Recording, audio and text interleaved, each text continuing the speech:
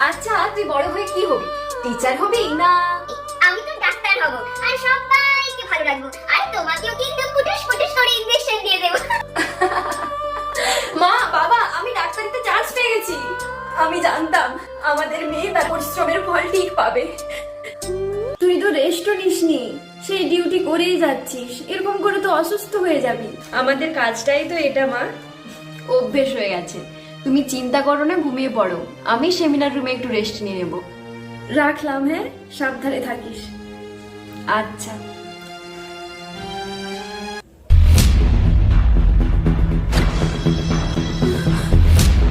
তোমরা আমাকে মেরো না, আমাকে মেরো না। হ্যালো, আপনাদের মেয়ে সুইসাইড করেছে।